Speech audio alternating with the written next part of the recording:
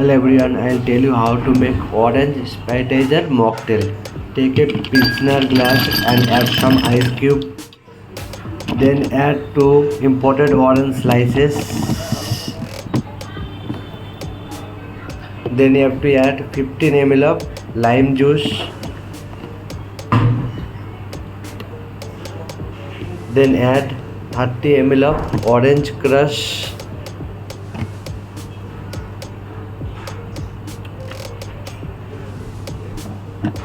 Then you have to add 60 ml of orange juice into the glass.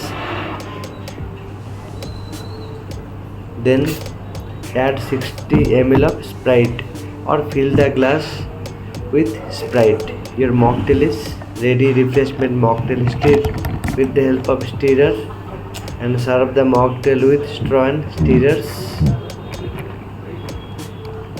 And you have to garnish the mocktail with imported orange slices.